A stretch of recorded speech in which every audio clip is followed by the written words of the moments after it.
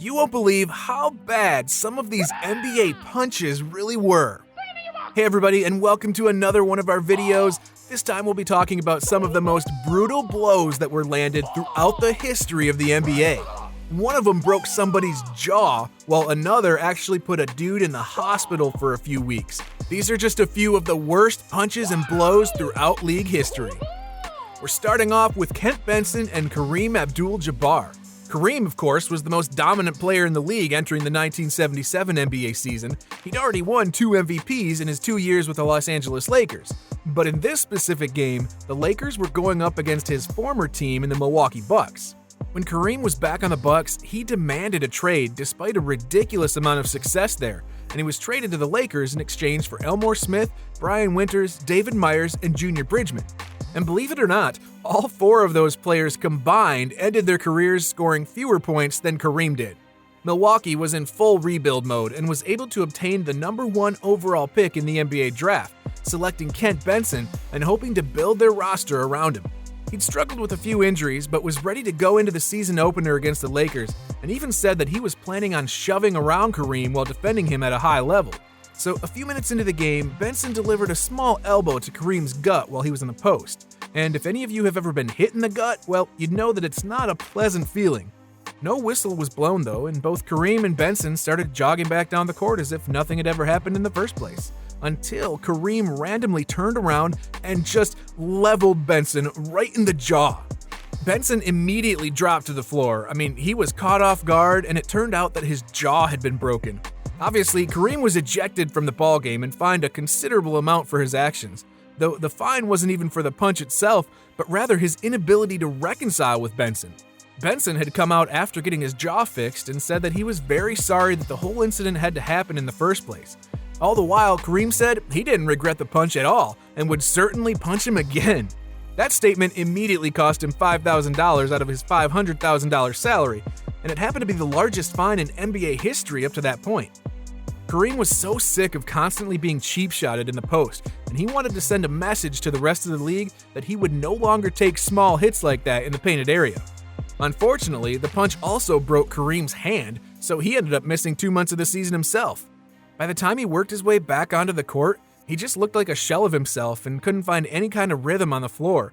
Meanwhile, the team was bounced in the first round of the playoffs by the Seattle Supersonics, and Bill Walton won the MVP award. Had Kareem and Benson just not have gone at it with each other, the Lakers could have gotten much farther in the playoffs with stronger play out of Kareem, and the Bucks would have gotten to see more playing time out of Benson. This next punch surprisingly doesn't have much video footage, but it was just too brutal to not include in our list. The punch took place during a game between the New York Knicks and the San Antonio Spurs between Marcus Camby and Danny Ferry. The two had been jawing off at one another for quite a while before they decided that they wanted to make things physical. Instead of just relaxing and letting their play do the talking, Camby took his opportunity to spring full court at Ferry with the intention of landing a vicious punch to his face. However, things didn't go exactly as planned for Camby because he ended up missing Ferry entirely. But what happened to the punch, you might ask? Well, that ended up going past Ferry and clocking poor Jeff Van Gundy, who was just standing there doing his best to separate the fight before anybody got hurt. The ironic thing about that is that he was the one who ended up getting hurt in the fight that he was trying to avoid. You can imagine that Camby felt pretty remorseful about hitting the poor guy like that, but something tells me he was so mad at Ferry that he didn't even attempt to apologize. There is some very low quality footage out there somewhere over the fight, but sadly there's nothing really clear, so you can't truly point out everybody on the court at the time.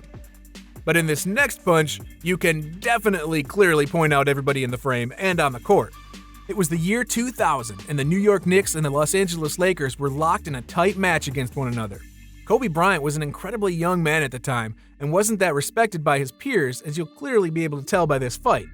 He was running down the middle of the court while his team was on offense, when he was bumped by Chris Childs. In typical Kobe fashion, he didn't even react to the bump, and just kept it moving, until Childs decided he wanted to bump him again. Bryant turned around to face Childs, and Childs got even closer and headbutted him while the two argued and trash-talked to one another. And this is all in the middle of the play, I might add. It wasn't anything serious until Childs unleashed not 1, but 2 punches right at Kobe's jaw before Kobe even got a chance to fight back.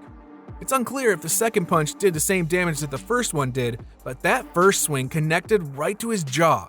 Kobe was beyond furious at Childs, and for good reason.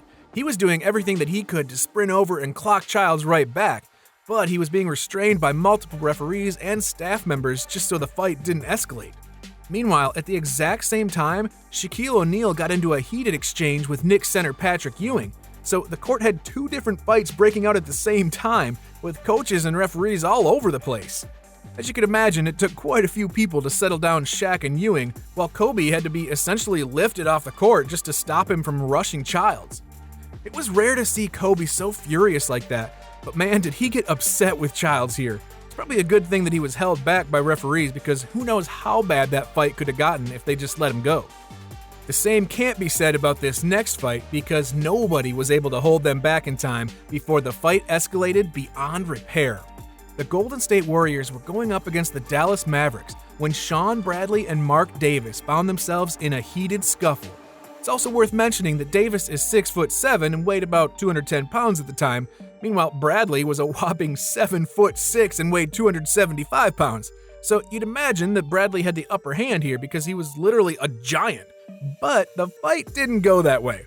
Davis was actually able to pick up Bradley and body slam him onto the floor after throwing him over his shoulder. Now, as you might expect, Bradley didn't just get up and calmly walk away.